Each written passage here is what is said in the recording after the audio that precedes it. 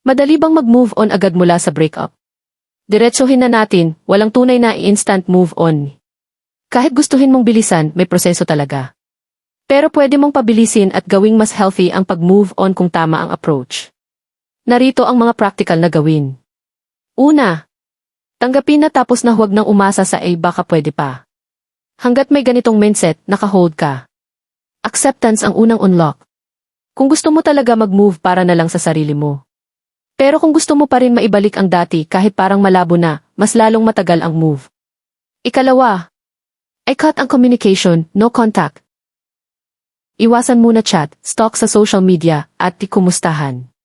Kahit mahirap, ito ang pinakamabilis na paraan para hindi ka bumalik sa simula.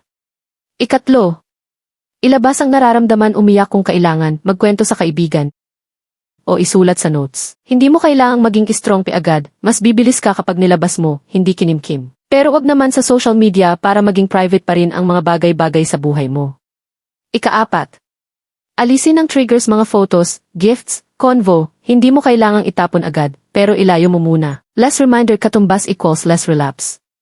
Kasi kapag malapit sa'yo at palagi mong nakikita, posible na mahihirapan kang mag-move on. Ikalima, i-redirect ang oras mo, magpakabisi sa bagay na may value, workout o walking, side hustle.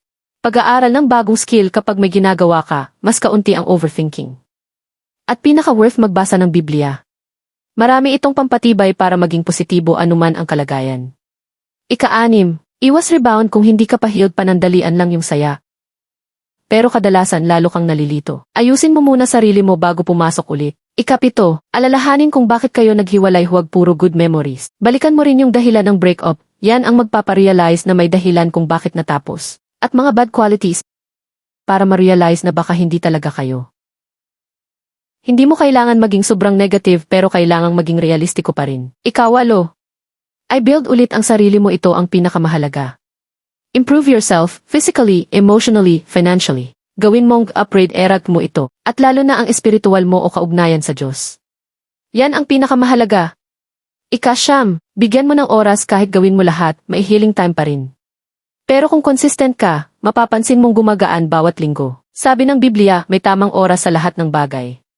Sana nakatulong ito sa'yo. Mag-subscribe para sa higit pang video na tulad nito.